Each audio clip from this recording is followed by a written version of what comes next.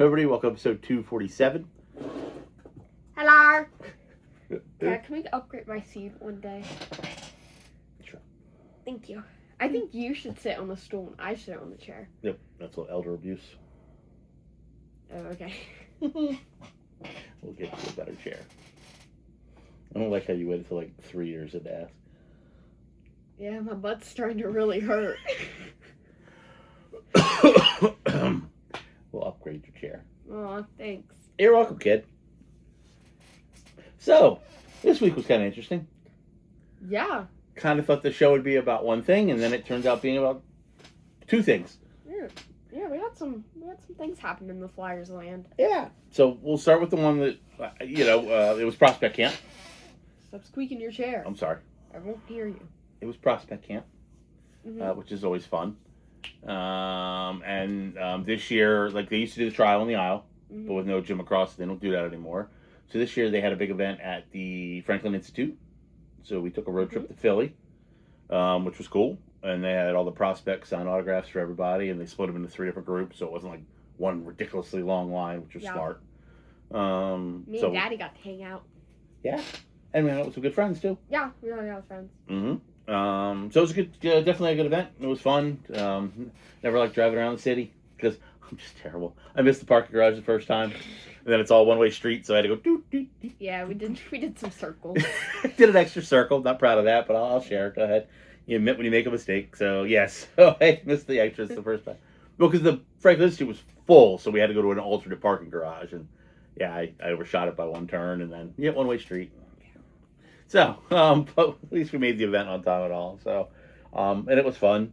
Figured we'll show you a few things for that, and then get into which we thought was going to be the big story of the week, and then we'll get into the big story of the week. Yay! Also happy 4th, guys. Happy 4th of July. America, 250 years of brotherly love. Nice, look at you. America! So, Porter Martone. Yeah. Well, pretty cool. And then we got Lachenko. Mm-hmm. Excited for Lachenko this year. They announced that he's been, he had some minor surgery. So, hopefully he gets his speed back and people see why he was drafted so high as he was. Devin Kaplan from his game. He played one game at the end of that 1 year. And I like this one a bonk a lot. And Bjornsson. Because you gotta love goalies. Yeah. So, so we have those pictures done and a few other pucks and things here and there. Bonk and Barkey because they won. No, I don't know where it is. We got a puck from them. Good stuff. Oh, here it is. I grabbed the wrong one. You boxed it up. Yeah, because this was the Memorial Cup. Or no, this was when they won the OHL in 2024. This is them winning the Memorial Cup in 2025. Nice. Yeah. So, and then of course we got the big giant defenseman taking number 1 overall, and Brek Liske, who was taken second, and we know his dad. What a cool story. Like, I've been Facebook friends with his dad for 7-8 years now at least. So, and I have this kid taken by the Flyers. Yeah, it's pretty exciting to have this kid taken by the Flyers. So that's real cool. That's like only a few years of your lifetime. Yes, these small fractions abide half of your lifetime. Punk. Oh, and yeah, look at my new shirt, guys. Yeah. See, I put it on just for this video. I love prospect camp's always fun. We get to see, because it's been a little break, so we get to see some hockey friends. Brandon and Derek and Riley and and Baller and just it's nice hanging out with people. So, okay, so now the big deal. Which, again, I thought this episode was going to be about this, but now this overshadows that. So, Danny Briere put in an offer sheet on Leo Carlsson from Anaheim. No, this is very exciting. Wake up. I'm sorry. I'm so tired. Doesn't matter when we do this. Go on. So, we have 7 days to wait from Friday. So, 5 more days to wait. So, I told you, draft picks are important. If this goes through, they have to give up 4 first-round picks to Anaheim. But they get Leo Carlsson. Now, Leo Carlsson plugs a gigantic, is a 1 center. Is he McDavid? No. Is he the best player in the league? No. Is he going to get paid like it? Yes. But he's very, very good. And here's the thing with the salary cap. Everybody pees their pants and gets up. If you know and you structure the other guys around it, you still have a very good window. Danny has done a good job of signing most of the guys to very reasonable contracts. Tippett, TK, I think TK was first time, but Tippett, all the guys he's signed, we just re-signed Forrester. All these guys are a reasonable deal. So while, yes, it's going to hurt a little that Leo's is expensive, they're going to have a couple more seasons out of Martone before he needs a raise. Another one out of Mitchkoff. Like, Danny knows what he's doing. Eventually, Risto won't be here. Like, there's going to be money moved around. Yes, at some point, you're probably going to have to get rid of a winger, but not yet. And it really opens it a solid 5 years of the Flyers taking cup runs, if it goes through. Mm-hmm. One way or the other, kudos to Danny for doing it, because big offer sheets like this don't happen very often. Smaller ones go through, but big ones like this don't really happen. And Danny identified a need. He tried doing it through trades. He tried doing it. There wasn't a real free agent, so he's doing it the only way possible. There is no doubt Danny wants to win. And I don't know how people question that ever, too, because Danny's one of those guys, like the epitome of it. Like, when you meet him off the ice, one of the nicest people ever. Yeah. I mean, you've interviewed him at least twice now. Yeah. And always nice. But on the ice was a cold assassin. I mean, the guy didn't get the nickname Mr. Playoffs for nothing. Like, Danny wants to win. Everywhere he was. I mean, why would he take on this role if he was like, yeah, I don't really care about winning, actually? There are some GMs who are better at it than others. But, I mean, I never got... People would say, like, Danny doesn't have the guts to make a move. That one drove me insane. Like, he just had the patience to try to make the correct moves and not being, Do you know him personally? Did you talk to him personally to have this conversation? Like, yeah, I just don't get. Well, it's also like the people that said Giroux's bad in the room.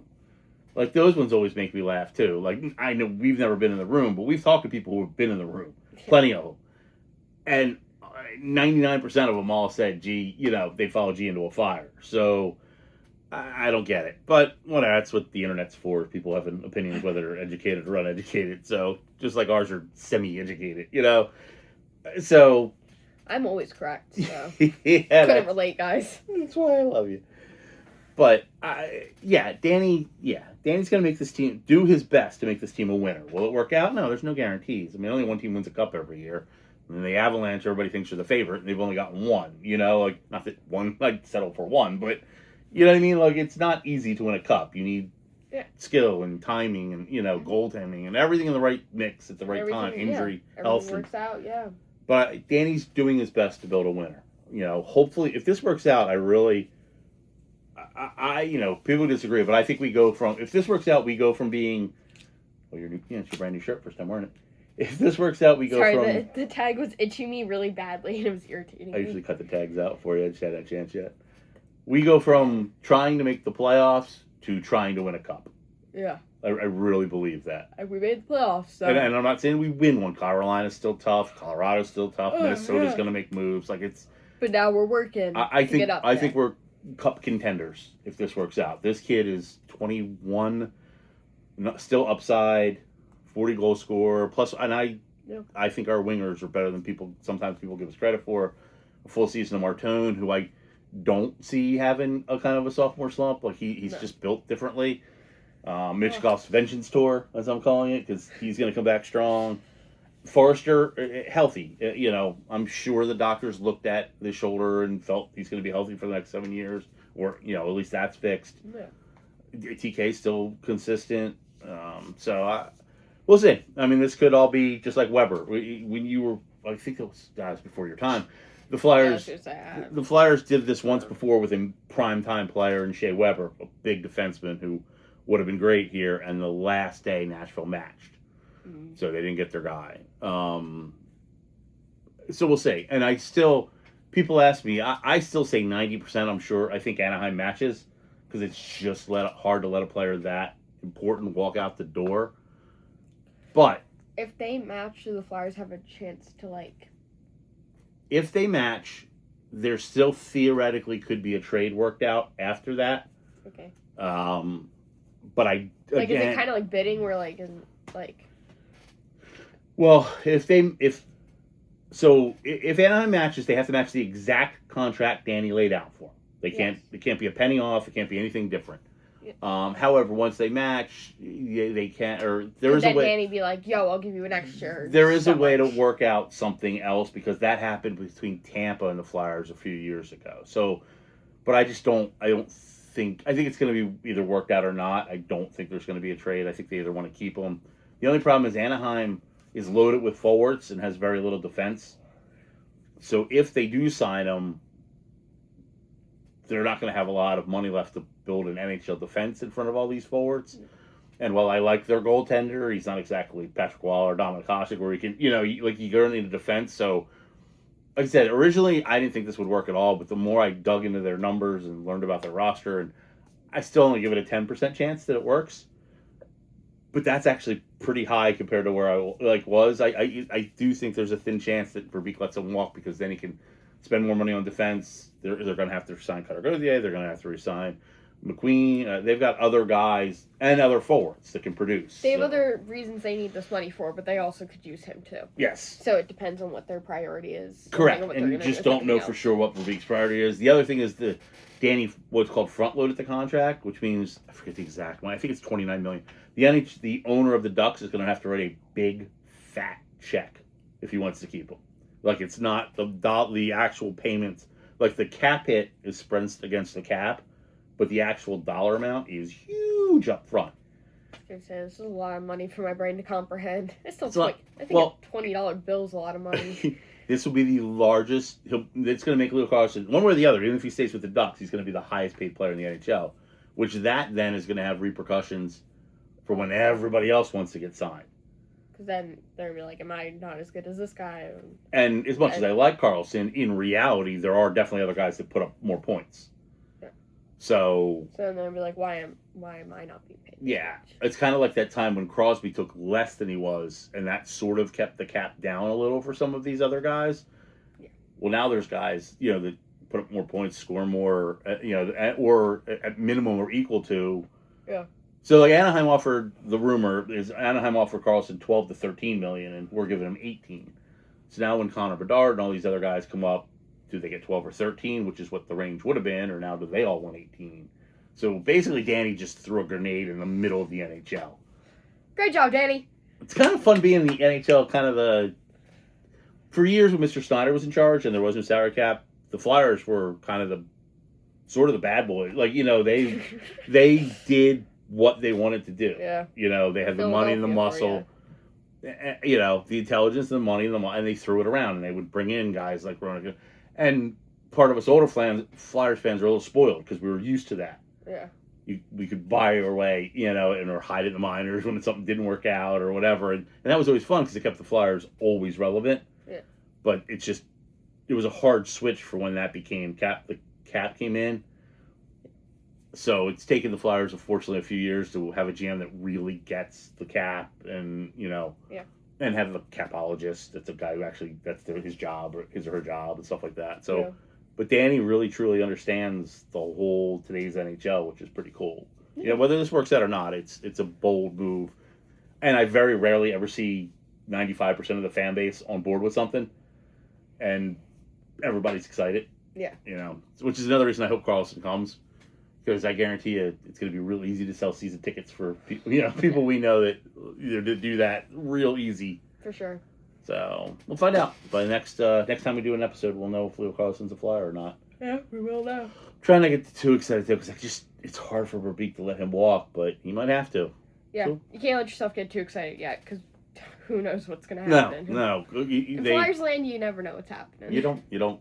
But I do also think there are other guys out there that can help the Flyers, like a Fantilli in Columbus. Not quite like Carlsson, but close. So Danny may have other tricks up his sleeve. Like, So one guy put on Facebook, he's like, "Is Danny awake?"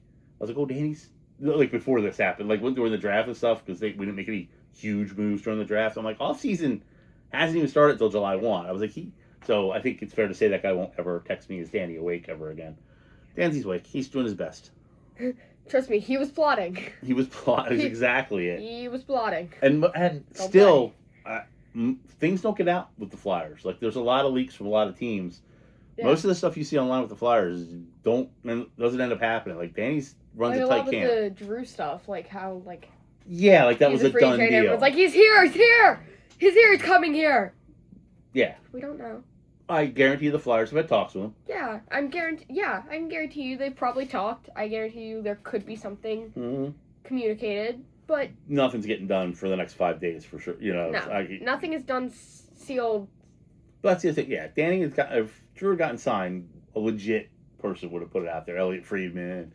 Trust me, we would have. Yeah. So yeah. Can't. Because even on like the Flyers' actual Instagram or the Flyers' Facebook page, they would have posted it and been like excited that Drew's back because we love Drew.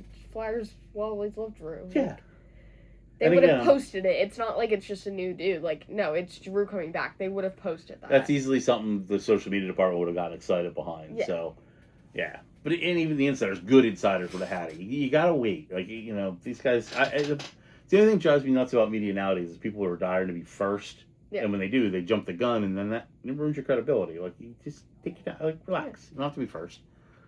It's okay, buddy. No. Get it right is more important. So, well, you start field hockey in the morning. 7 a.m. Yeah. So. Who's going to wake me up at 7 a.m. tomorrow? Your mom. Dad? Your mom. Perfect. I'll see you at 6:30 in the morning? I'll see you in the morning. So. He's very excited. Yeah, and then the next time we do one of these, we'll find out.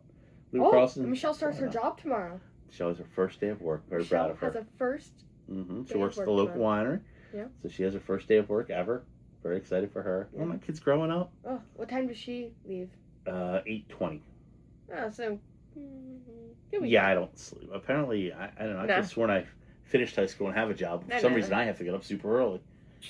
Children. 3 more years with me.